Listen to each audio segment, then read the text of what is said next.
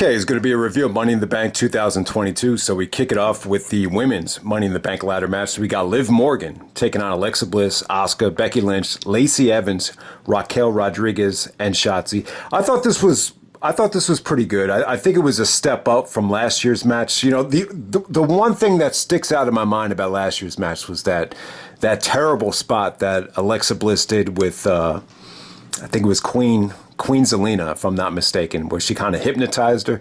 So yeah, I think overall this was a much better match than last year's. So that's definitely a positive. I didn't think it was great though. I thought the crowd was really generous. I thought the crowd throughout this whole night, best crowd WWE's had all year, no doubt about it. I just thought some girls were a lot more engaged than others. Liv Morgan, Asuka, Becky Lynch, I thought all three of those girls were great. Without a doubt, Shotzi took the biggest months. I mean, there was a little bit of a botch when she tried to run up the ladder, but for the most part, she took some, really, questionable bumps where she landed on the back of her neck. So you give Shotzi credit. Raquel actually hit some nice double team moves. And without a doubt, the biggest bump of the match came from Becky Lynch and Asuka. Becky does a leg drop off the top of the ladder to another ladder with Asuka sitting up on there. And it really did look like Becky tried to just hit the edge of it with her ass so she didn't hurt Asuka, but it came off good. It looked like Asuka, sold it pretty well. That was definitely the most memorable spot in the match. The ending was really good too. Liv Morgan and Becky were kind of, using both ladders to try to get the belt. And Liv did that creative bump where she actually used the rope to, propel herself with the ladder back into place so she can knock, Becky off. So I thought that was a really good ending. So there were some good things about the match. The match as a whole doesn't have any replay value for me. I just feel like with Alexa, I think the WWE is better off just keeping her out of these serious matches where, a title's at stake or it's an important match. I just feel like the way she's been booked the last couple of years, it's totally exposed the business. And I don't know. I just see her in a non-wrestling role at this point. Like, you see where Sammy Guevara is right now with Ty Conti, how he's getting like nuclear heat. So I think down the road, I'd be more open to seeing Alexa, team up with Austin Theory. I think that actually makes the most sense. So speaking of Theory, we got a United States Championship match with Theory defending the belt against Bobby Lashley. I thought this was good stuff, man. I thought for the amount of time that it went, the whole thing was engaging. Bobby definitely is a lot more likable in this role. He's definitely better suited to be a babyface. To use an NBA analogy, he's more like a David Robinson, a Charles Smith, rather than a guy like Draymond Green or Anthony Mason, Charles Oakley. So you get what I'm saying. Lashley's just, he's too nice of a guy to be a heel. So I actually like him in this spot. Theory got some amazing heat on this show. I'll definitely say that. And, this was good because it really made Theory look like a threat. But at the same time, Lashley was dominant. He countered Theory's finisher into the Hurt Lock. The ending came off beautiful. Really liked the match. It didn't overstay its welcome, but it was just short, sweet, really good stuff. So this whole night, it really did remind me of WrestleMania 31 with how they booked Rollins. So they actually had Rollins, take that breathtaking RKO to Randy Orton back at WrestleMania 31. But it's kind of like the same thing with Theory. Rollins got the last laugh and he cashed in. Even though he loses here, he cashes in the main event. And it's funny, Michael Cole even touched on how, when Riddle actually hit Rollins with the RKO off the top of the ladder, he said, that's the best RKO we might have seen since Rollins took it at WrestleMania 31. So I just thought it was great irony there that, you compare both of these nights to what Rollins went through at 31, and then ultimately Theory gets the last laugh. Even though he loses this match, he walks away with the Money in the Bank briefcase. So I thought it was pretty cool booking. In terms of the Rollins analogy there. And great call from Michael Cole, too. Okay, next up, we got Bianca Belair taking on Carmella. Yeah, it kind of felt a little bit like filler, but at the same time, I thought Carmella busted out some really nice ring attire here. She was using the phrase, Mella is money. Plus, this is Money in the Bank. So she had kind of a Dead Presidents inspired ring attire, which looked really cool. But you kind of get the feeling like she put more effort into the ring attire than the actual match. Yeah, just a lot of her bitching to the referee and stuff like that. Bianca actually got pissed off right before the finish, kind of hit her with the stiff elbow or forearm, and then she hit the kiss of death to get the victory there. I thought he had a good finish. It made Bianca look strong. And but yeah, definitely the way to go. I really like Bianca. I think Bianca really, at this point, even though she does have more of a Disney-like appeal, she still delivers in the ring, though. I could just see a lot of people being very critical of the over-the-top smiling and, maybe appealing too much to the masses. But she really is talented. And I think the match we all still want to see is Bianca versus Rhea Ripley, which is going to be delayed until SummerSlam. But yeah, really looking forward to Bianca in her home. I believe her home. This is where she went to school in Tennessee, and that's where SummerSlam's going to be. So that's going to be a huge night for Bianca. All right, next up we got the match of the night. We got the Usos taking on the Street Profits. The match shocked the shit out of me. I had no expectations for this. I just felt like it was a little bit stale. We've seen these two teams face a lot of times, but they definitely had their best match. I mean, it got off to a little bit of a slow start, but the fans really got behind the Street Profits. Montez Ford, and I noticed this on Smackdown on Friday night. Like he really has been lifting, man. He's taken his he's really put on a lot of size, a lot of muscle, and it takes a lot. It takes a lot of effort, to put on that kind of muscle and not let it slow you down. And you definitely saw he looked awesome here. He hit all his usual hot, breathtaking spots. The match just definitely had great teamwork. The alley-oop spot from the Street Profits was really dope. I mean, this is the first time I think I've heard in a WWE pay-per-view fans actually chanting Fight Forever. I think the first time we heard it, it might have been like in a Dragon Gate 6-man or, some type of, indie Japanese wrestling match that,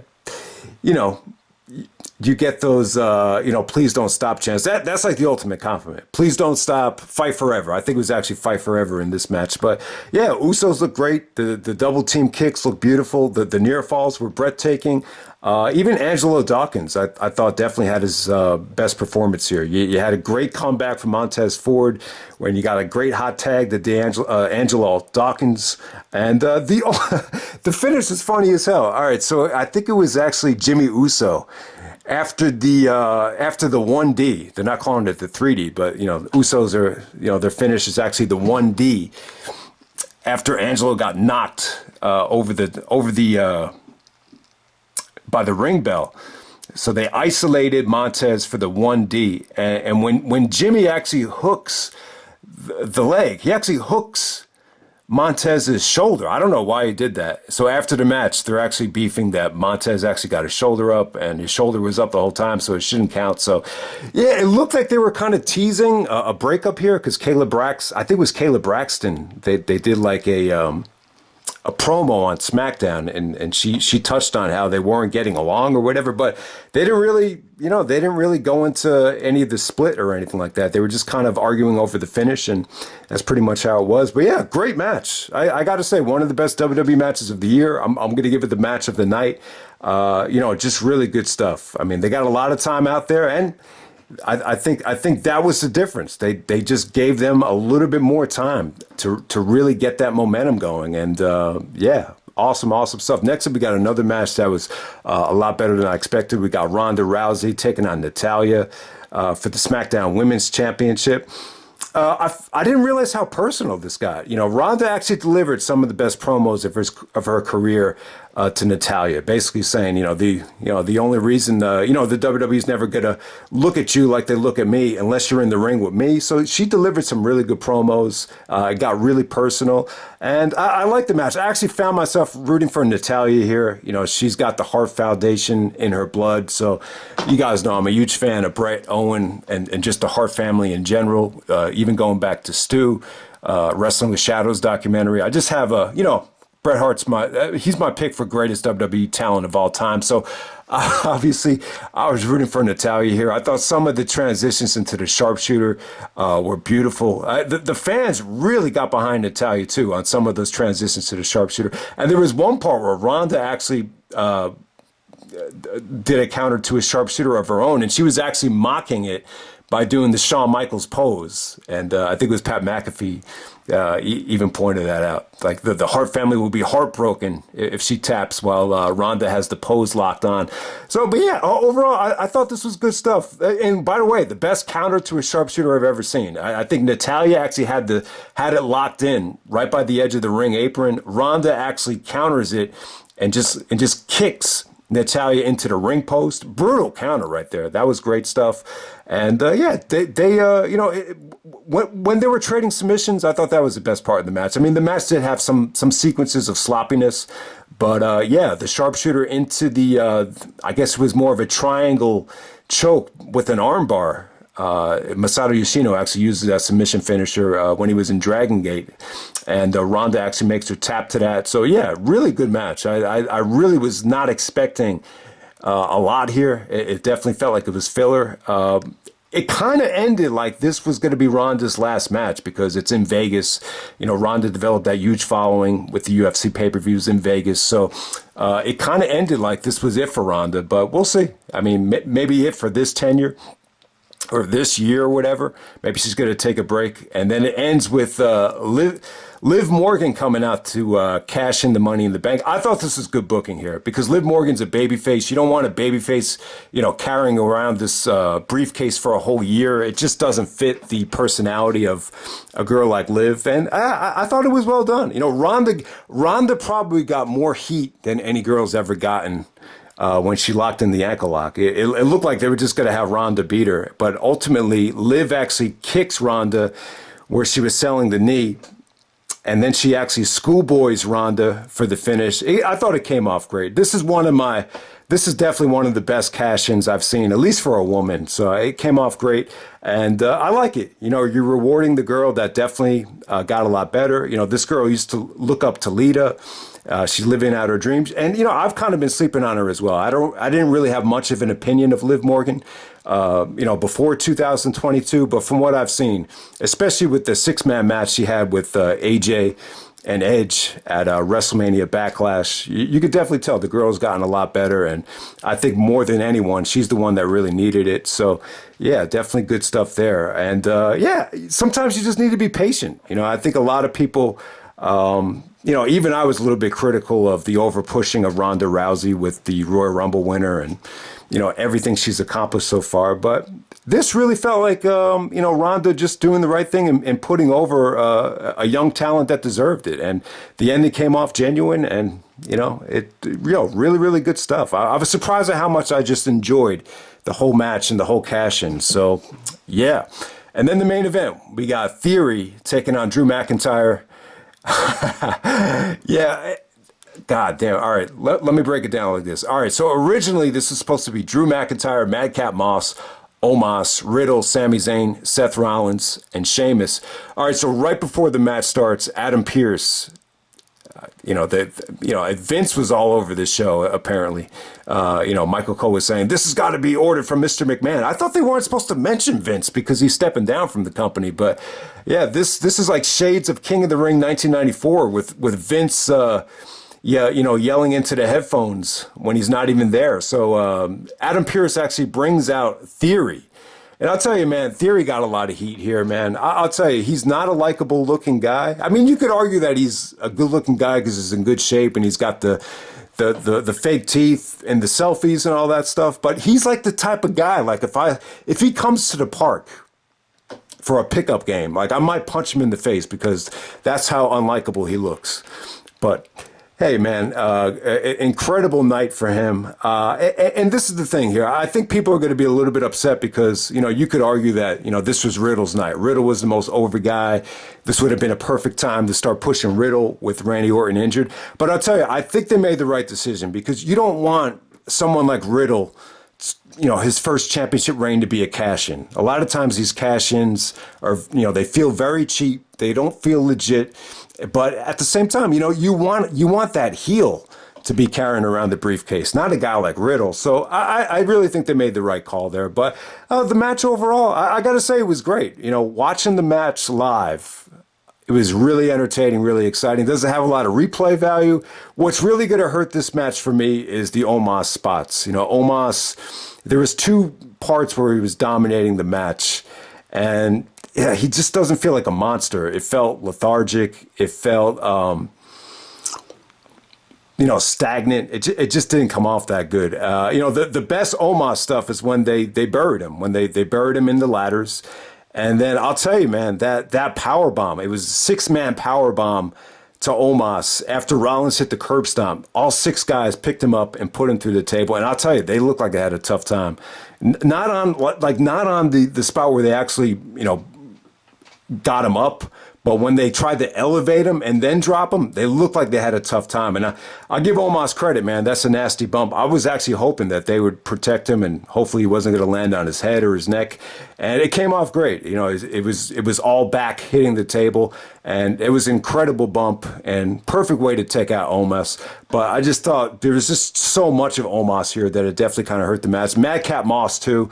Like, Madcap, I'll give him credit. Like, there was really cold heat from Madcap at certain points of the match. But I think there was one spot where he actually suplexed Theory off the ladder, or it was like a fall-away slam, and it felt like the fans were starting to kind of, warm up to him a little bit. But ultimately, I thought some of the Madcap stuff and some of the Omos stuff, if anything brought the match down, it was probably that. But other than that, I thought all these guys were great. Riddle had some really fun spots. The moonsault when he was trying to run away from Theory off the ladder, I thought that was cool. He actually does a moonsault onto everybody on that was right beneath the ladder. I thought that was cool. And then obviously Riddle delivered one of the best RKOs of all time to Rollins, and that was steep. This is a lot higher than Rob Van Dam taking it from Randy Orton in 2013. Michael Cole even called it the best RKO since Rollins took it at WrestleMania 31 to Orton. So, yeah, that was a really breathtaking RKO. It was high up, to say the least.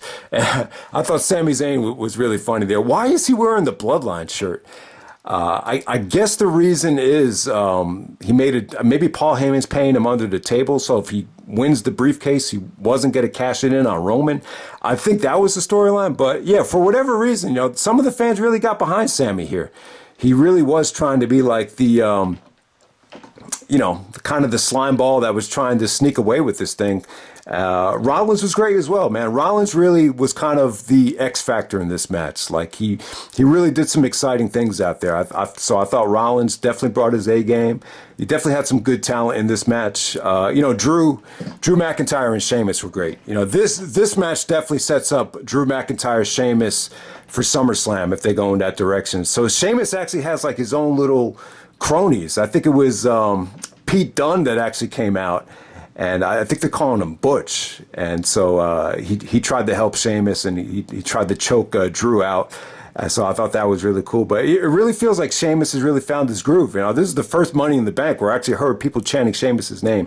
So yeah, I thought Drew looked like a beast here. All these guys, great team effort, man. This is kind of an underrated part of the business where guys have to work as a team and really go out there and just. Yeah, I'll just say it. Great teamwork from everybody here. It takes a team to really pull off something special, and it was special. But like I was saying, though, I don't think this match is going to have a ton of replay value because there's just a lot of lag in between a lot of the spots. I'll definitely say that. So yeah, the ending comes when after Riddle hits that RKO to Rollins. Theory kind of comes out of nowhere, knocks Riddle off the ladder, and Theory actually wins the Money in the Bank briefcase, gets a lot of heat. But I think it's the right decision, though. Yeah, I mean, you could argue that once Pierce brought him out as the special surprise from Mr. McMahon, it might have felt a little bit, predictable at that point. And maybe looking back on it, it does.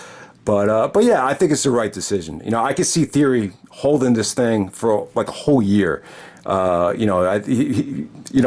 a heel right now. You don't see Roman losing it anytime soon. Maybe he'll lose it to Brock. I mean, who knows? But without a doubt, you could see Theory holding this thing until maybe a guy like Cody or even Riddle win the belt down the road. So it's a whole year from now. We're past WrestleMania. So Theory should hold this briefcase for a long time because I definitely think it fits his character.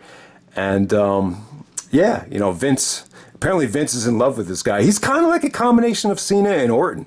Really, more of a Cena-like physique, kind of the cockiness of the Legend Killer gimmick. So, yeah, I could definitely see that. You get the feeling that Vince loves this guy even more than Shane. I mean, you really do. I think Vince definitely has a crush on him. And yeah, we'll see how long it takes for Vince to get back on TV. But yeah, man, you know, honestly, guys, like before the pay-per-view, I wasn't really that excited about the show. And but yeah, this is an example of just another pay-per-view that really a little bit shorthanded, maybe too many injuries. I mean, it was kind of lacking, you know, those Japanese, you know, warrior-like talents and, you know, independent wrestling legends for my taste. But when you look at the booking of the show and, you know, the format of it, it really exceeded expectations. I really was not expecting a lot. And I just feel like the show really, you know, delivered, you know, considering, you know, just the way the card looked. You know, I thought this would just be a cold show to, you know, just get you ready for SummerSlam. You know, I mean, kind of like a Day One or an Elimination Chamber. I thought those shows left you a little bit cold, a little bit lukewarm. But that's not the case with Money in the Bank. This is definitely one of the better pay-per-views of the year. And I would definitely say the crowd of the year for WWE. I feel like this is the best crowd that they've had. And kind of gave you those WrestleMania 7 vibes where, you know, this is supposed to be in the stadium. Since they canceled the stadium show, they move it into the MGM Grand. It kind of becomes exclusive to the first whatever thousand had tickets already. So maybe that would explain why the crowd was so hot. I feel like they were tremendously emotionally engaged, you know, throughout the whole show, you know, without a doubt. So hope you guys enjoyed the video. Check out the show if you haven't yet. I actually thought it was pretty good. So, all right.